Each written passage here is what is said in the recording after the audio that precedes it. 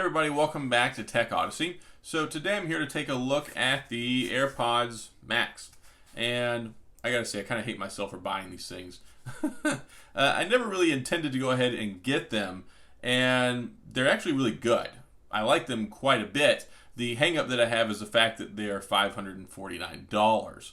And that's what we're here to discuss because, yeah, they're really good. Typically anything that Apple makes is good, but is this something that on good conscience I could say go out and spend your hard-earned money on? Especially, y'all know if you watch my videos in the past that I'm very budget-oriented when it comes to things. I look at costs, I look at value, I look at other things that might be good alternative options. So looking at the AirPods Max, and as nice as they are, let's talk about them, go through and do this review, and I'll tell you what I think about them and whether they're worth it. But before we get into that, I do want to say if this is your first time stopping by the channel, I appreciate you being here. If you enjoy the video, please hit the like and the subscribe button and the little notification bell if you want updates when new videos come out. Now let's talk about the AirPods Max.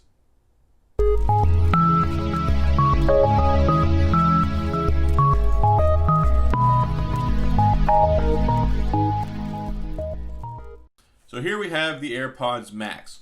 And like I said, I like them. There's a lot of neat features about them, even though they're very, very simplistic. And I like that. I like the simplicity of operation. All you have up here on the top is you have the crown, which is very much identical to what you get on your Apple Watch. And then you have the other button here. All this button does is shift it from transparency mode to active noise cancellation mode. That's it. The crown, you can use that to control the volume, to activate Siri, to skip forward or go backward and play and pause. And it works pretty well. Of course, it works better if you can control your audio from your watch or from your phone, your iPad, wherever. And the nice thing is they have the handoff capability to go from your phone to your computer, all that good stuff. So that's one of the things you get with this is the really good connectivity and then also that handoff between other Apple devices. So that's nice. Is it $549 nice? I don't think so. But if you can afford it, it's very, very convenient.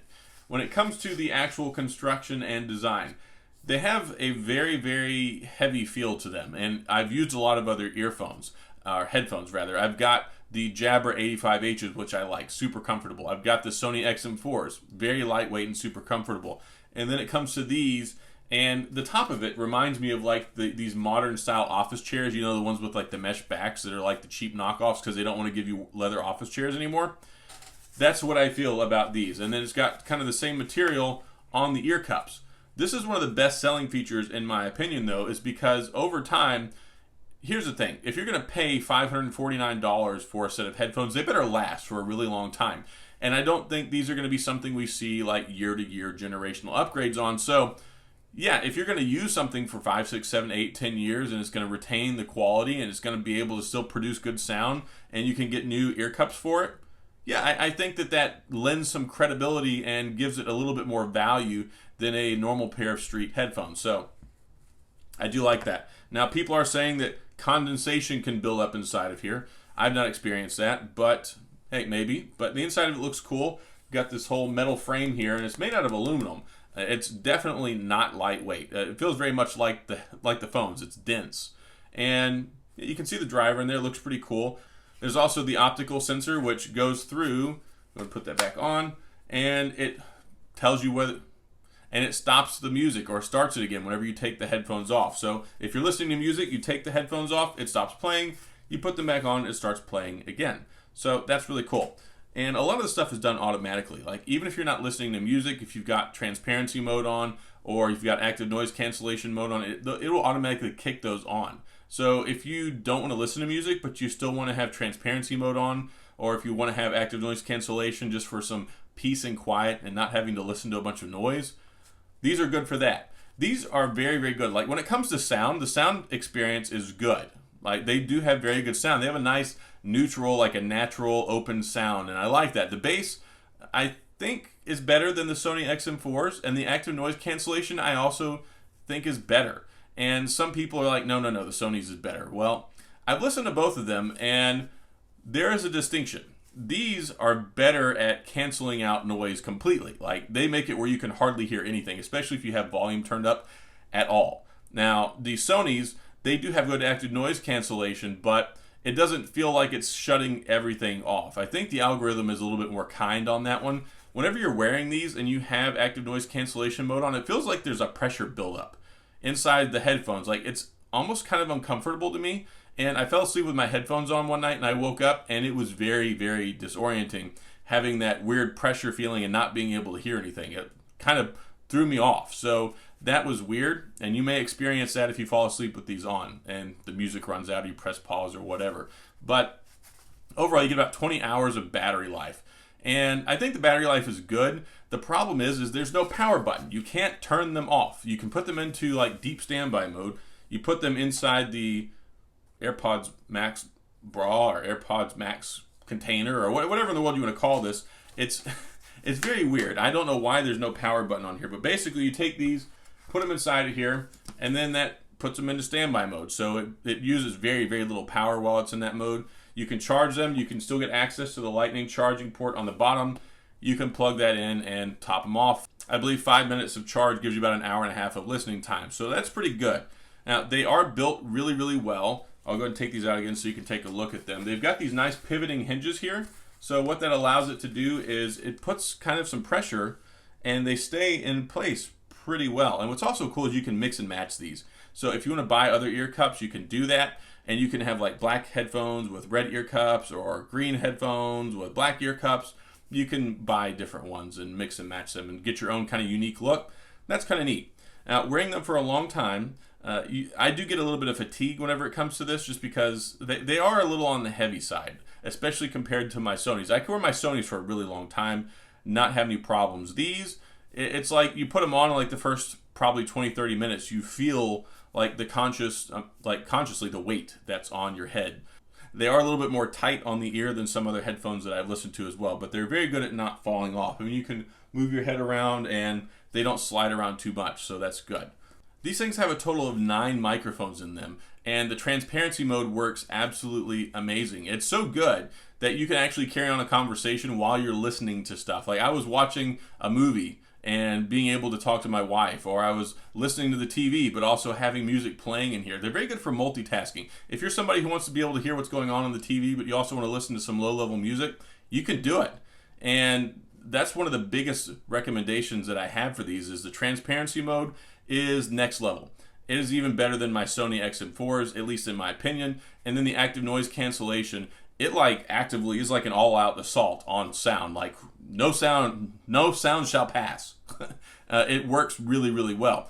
And I gotta say though, it does give you like that weird pressure sensation in your ears. I guess you kind of get used to it after a little while. It's more noticeable when you first get them or when you first put them on. But over time, I guess you kind of break in and you get used to it and don't have to worry about that as much anymore. But overall, yeah, I think that they sound really well. The vocals and the mids are really good. The highs are good. Like I said, it has a very nice open sound to it. It's got a very natural sound. And that's something that I appreciate whenever I'm listening to music. Now, the thing is, it's got the adaptive equalizer. So this is not something you can go in there and set yourself. And I don't like that. I don't like that I don't have control over the sound experience. I'm stuck listening to it the way that Apple wants it to be listened to or thinks that it should be listened to. And like I said, it's not the worst. It's just not ideal, especially when I come from the Sonys and the Jabras and I can customize my equalizer however I want it. There's a whole bunch of equalizers that you can choose from. If you're somebody who likes to really be able to fine-tune your music experience, these may not necessarily be for you. Now, if you want something that you can get and you can throw on your ears and you can listen to and you're going to have a very good sound experience, plus the transparency mode, plus the active noise cancellation, plus you just like Apple stuff, and plus you don't mind spending $550 on headphones, then these may be for you. And I'm not trying to sell these at all. I mean, I'm still trying to figure out why I bought them because they're really expensive. And I've got other headphones, of course. So there are other options. If you want to pick up the Soundcore Q30s, really good. Only like $79. If you want to get the Sony XM4s, I got mine on sale for $279. Are these worth $300 more than the Sony XM4s? Absolutely not. They may be slightly better. Like if you could get the XM4s for $279 and get these for $329, I would say probably get these. But if you don't care about having Apple headphones, and you can get the Sony XM4s for $279 or $300, and these are $550 all day long, I would say buy the Sony XM4s because I think that they sound 95% just as good. And also, my wife thinks the Sony XM4 sound better. And in some instances, I think the Sony XM4 sound better. So I think that this is a great first foray into the headphone world for Apple. I do think they sound good. They pulled this off. It's a very successful product, and people like it. They are hard to find still. I mean, they've been out for a little while, and you still can't find them on store shelves. So they're doing a good job selling. And of course, it's got that FOMO factor. People want them because they're iconic. They're a status symbol. Just like the AirPods, now the AirPods Max or the AirPods, also the AirPods Pro, they stand out. Everybody knows they're an Apple product. So if you got Apple stuff and you've got money for Apple products, then sure, go buy them. You're going to like them a lot. If you're wondering about it, if you're on the fence, if they sound any good, is it worth the money? If you want to spend the money, you're going to appreciate it and you're going to enjoy the experience. If you're hesitant about spending the money, maybe don't buy them. You know, go ahead and get the Jabra 85Hs. You can pick those up for like $150 now. Totally worth it for that price. I love them. The best bass out of all three of these and the most comfortable. If you look at a similar sound experience, Sony XM4s, so good, really good, lightweight, amazing active noise cancellation as well, great natural open sound. And if you want to save some money and get transparency mode, get active noise cancellation, get the Soundcore Q30s. Those are really good, under $100. Fantastic sound experience for the money. But these right here, and this is not a video where I'm going to bash them for the price. This is Apple. We know Apple charges a lot of money. This right here, yeah, it costs a ton of money. Is it worth it? Generally, yes. Apple products are usually worth what you pay for them. You just got to pay the price to play in the Apple world. But the bass is good. It's not the most hard-hitting in the world. It's not the most deeply resonating bass, but it's got a nice, smooth, natural bass sound to it. Acoustics are great. The sound stage and the openness of the music and the separation between the instruments is very good. Vocals stand out nicely. Like, I really enjoy listening to them. You just pop them on, and pretty much anything you listen to sounds good. So I don't really have anything negative to say about them other than the price, and I wish that the bass was a little bit better, and I wish it had a power button so you could turn the suckers off, and I wish I could change the adaptive equalizer. I wish I could fine-tune it for myself. So you basically get all the refinements of AirPods, but with a bigger sound with these big drivers inside of the headset, and it's really nice. And of course, I like the colors too. I went with the black. I did see some other videos, especially with like the lighter ones. It was like picking up dirt and starting to look kind of dingy and stuff. So I opted for the black one so I don't have to worry about that. But again, you can change out the ear cups over time and they should last you a really long time. And that's the thing here. These are an investment. This is not something where it's like, let me go out and buy these $500 headphones just so I can have them. These are going to last you a long time. This is not something that you're going to need to upgrade next year. It's not something you're going to need to upgrade the year after that. These should be good for years. And I think that that's the biggest selling point. If you like Apple, if you're invested in their phones, if you're invested in their ecosphere, if you've got a computer you can hand off between the different devices that you have, and you really want top-notch transparency mode, which this is the best, and it comes to active noise cancellation, this eliminates all the noise out there. I mean, it's really impressive. Totally worth the money, just really expensive. So that's all I've got on my review of the Apple AirPods Max. I do like them. I like them quite a bit, and I've enjoyed using them, and they're great for phone calls too. That's also nice. And if you're new to this whole Clubhouse thing, they work really good for that too. So these are very versatile and can do a lot of things, and you look cool. I mean, you got the Apple headphones, so you're winning. Anyway, that's all I've got. If you have any questions or comments regarding my review of the AirPods Max, please feel free to leave them down in the comment section. I will get back with you. If you enjoyed the video, please hit the like and the subscribe button and the little notification bell if you want updates when new videos come out. And as always, thanks for being here. I appreciate you watching, and I'll see you guys next time.